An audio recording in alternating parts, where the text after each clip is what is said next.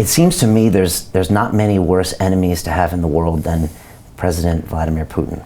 And I wonder if you could comment on that, and then maybe you could tell us what we don't know about Vladimir Putin. Well, first of all, you're right. He's truly one of the most cynical, aggressive, evil dictators on the planet. He's a sociopath. He's a killer, and he kills people in Russia and kills people outside of Russia that cross his path. So by ending up as his enemy, I've put my life in mortal danger.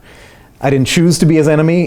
He kind of chose me through a variety of horrific circumstances, which I'm sure we're going to talk about in great detail.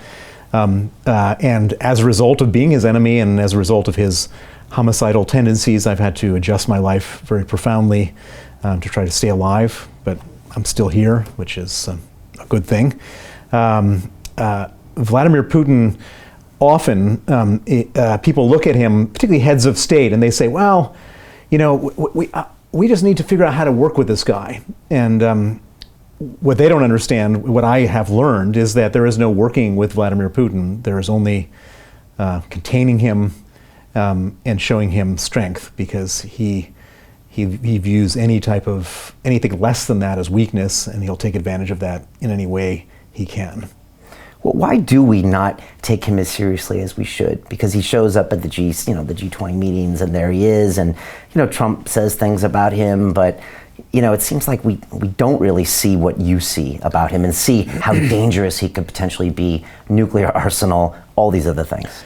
Well, I mean, people look at him and they say, okay, he kind of looks like us, and he's European of sorts, and so he probably thinks like us, and he has our values, and so we just need to convince him that it's the right thing to do, to behave yourself and not invade countries and not bomb children and not cheat in sports and all this kind of stuff, when in fact he is nothing like us. He's completely and not like us, and it's so interesting to watch all these heads of state, and I don't even say Western heads of state, because even the Japanese and even the Koreans are like us compared to Vladimir Putin, who's just he's a mafia boss, sort of pretending to be a head of state, but his state is basically a criminal state that he runs, which is the state of Russia.